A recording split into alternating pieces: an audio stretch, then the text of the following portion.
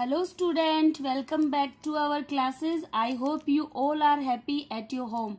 My dear student, today we are going to start powers and functions of the Legislative Assembly's third point. Before starting this topic, you can see this picture. Four processes are there. One is we are citizens, okay? These are the common peoples. Second is they are elected. And third is a representative candidates. Now the ministers and the minister of councils. So this is the process of elections. First is voters, all those who are of 18 years of age or above. Second is casting of votes. Third is one representative is elected from each constituency. Fourth is elected representatives becomes the members of the state assembly. And fifth is the political party which has the majority forms the government. Now we will discuss about the third power and functions, executive powers. Executive means होता है कार्यकारी शक्तियाँ. The Council of Ministers in collectively responsible to the Legislative Assembly.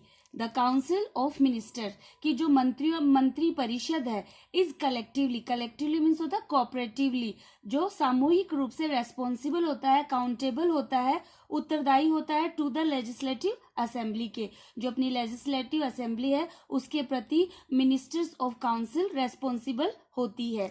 The members of the legislative assembly make the council of ministers responsible to it. और जो legislative assembly के जो members होते हैं वो council of ministers के लिए responsible होते हैं, इसके जिम्मेदार होते हैं.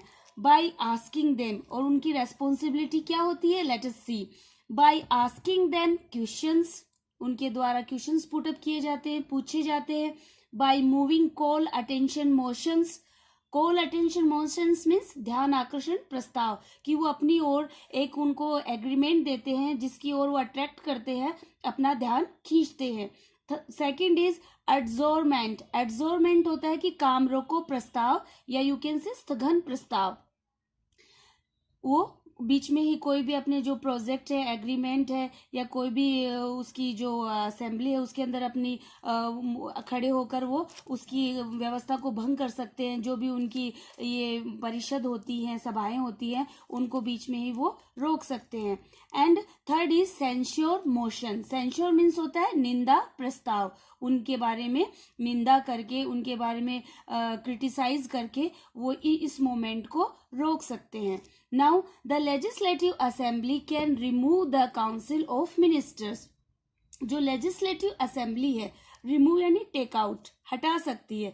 जो मिनिस्टर्स काउंसिल्स ऑफ मिनिस्टर है उसको वो रिमूव कर सकती है, हटा सकती है फ्रॉम ऑफिस, उनकी ऑफिस से. By passing the vote of no confidence against it, कि किसके द्वारा वो हटा सकती है, कि अविश्वास प्रस्ताव लाकर.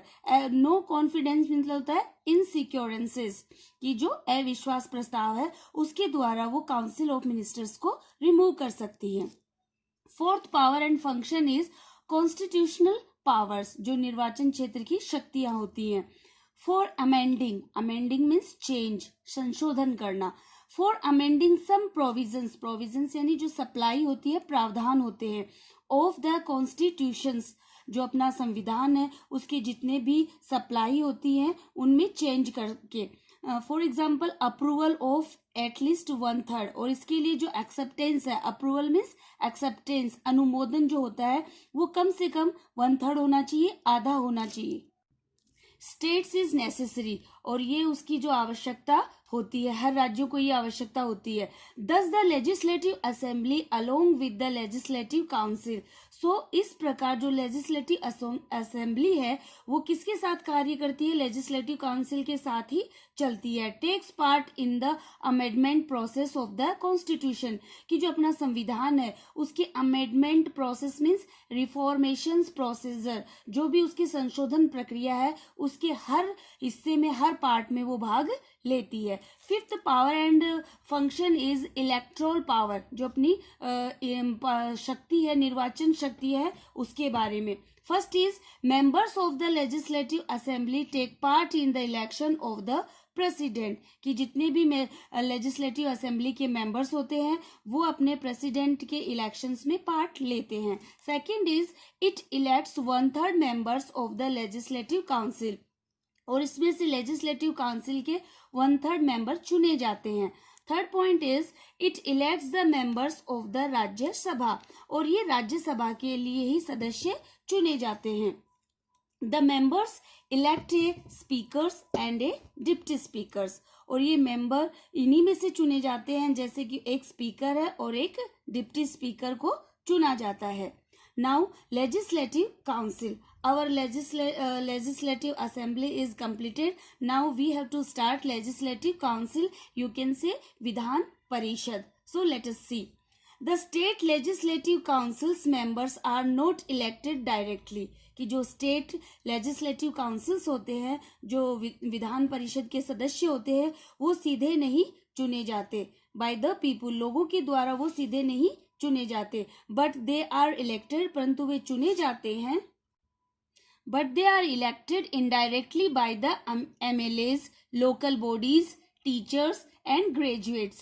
तो उनको सीधे रूप में न चुनकर उनको दूसरे तरीके से चुना जाता है. उनके MLAs के द्वारा चुने जाते हैं, अपनी जो लोकल बॉडीज हैं उनके द्वारा चुने जाते हैं, अपने टीचर्स के द्वारा चुने जाते हैं, और जितने भी ग्रेजुएट्स हैं, शिक्षित लोग हैं, उनके द्वारा वो चुने जाते हैं. Now state executive. So let us see what is state executive.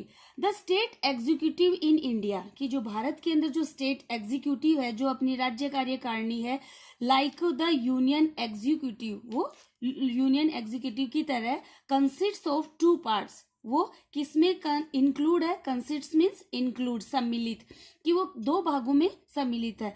Let us see 2 parts of state executive. First is nominal executive.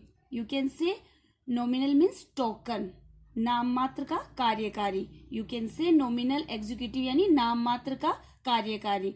Second is real executive. You can say policy making, वास्तविक कार्यकारी.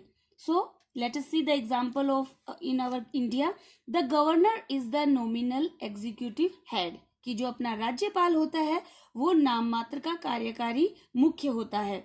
Whereas the Council of Ministers headed by the Chief Minister is the real executive, कि जो chief minister के द्वारा जो council of ministers होती है, मंत्री परिषद होती है, वो रियल एग्जीक्यूटिव होती है. Now who is governor? Let us C.